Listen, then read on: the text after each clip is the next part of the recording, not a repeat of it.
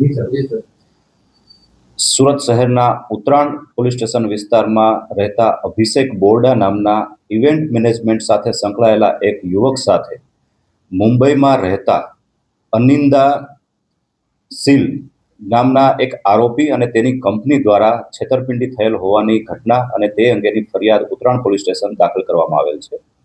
સમગ્ર ઘટનાક્રમમાં ફરિયાદી અભિષેક બોરડાને આરોપી દ્વારા અરિજીત સિંઘ, જે ગાયક કલાકાર છે સુપ્રસિદ્ધ બોલિવૂડના, તેનો સુરત ખાતે અને નવસારી ખાતે ઇવેન્ટ કરવા માટે 1,41,00,000 જેટલી રકમ વિવિધ રીતે અને વિવિધ સમયે મેળવેલી, જેમાં લક્ઝરી હોટલોમાં રોકાવાના ખર્ચ, આવવા જવાની ફ્લાઇટોના ખર્ચ તથા એ સિવાયના નાના મોટા ઘણા બધા ખર્ચ ઉમેરી સેલિબ્રિટીની ફીસ અને આ તમામ બાબતની કુલ 1,41,00,000 રૂપિયા જેટલી રકમ ફરિયાદી પાસેથી આરોપી અને તેની કંપની દ્વારા ઉઘરાવવામાં આવેલી.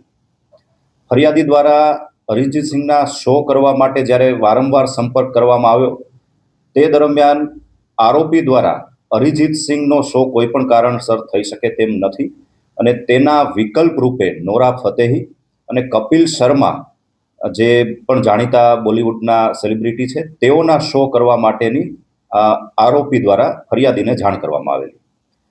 ફરિયાદી તે માટે તૈયાર થતા આરોપી દ્વારા તેમાં પણ ગલ્લા કરવામાં આવેલ ને થોડા ટાઈમ બાદ જ્યારે ફરિયાદી દ્વારા આરોપીની કંપની વિશે વિગત મેળવવામાં આવેલી ત્યારે તેને જાણવા મળેલું કે આ કંપની અગાઉ પણ બોલિવૂડના સેલિબ્રિટીના શો કરાવવા માટે થઈ અલગ અલગ કંપનીઓને સંપર્ક કરેલા અને તેના દ્વારા આ કંપનીને બ્લેકલિસ્ટ કરવામાં આવેલ છે. જે બાબતની જાણ થતાં ઉત્તરાયણ પોલીસ સ્ટેશને આરોપી વિરુદ્ધ ફરિયાદ આપવામાં આવેલી અને ગણતરીના દિવસોમાં જ તે ઉત્તરાયણ પોલીસ દ્વારા આરોપીની ધરપકડ કરવામાં આવેલ છે.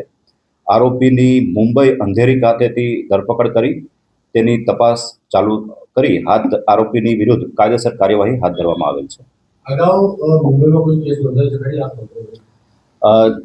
આરોપીને હાલમાં જ ધરપકડ કરવામાં આવેલ છે અને તેની વિગતવારની પૂછપરછ ચાલુ છે. મુંબઈમાં અથવા અન્ય સ્થળે તેના વિરુદ્ધમાં આ પ્રકારના કોઈ કેસ દાખલ થયેલ છે કે કેમ તે પણ તપાસનો વિષય છે અને તપાસ દરમિયાન આ બાબતની જાણકારી મળી શકશે.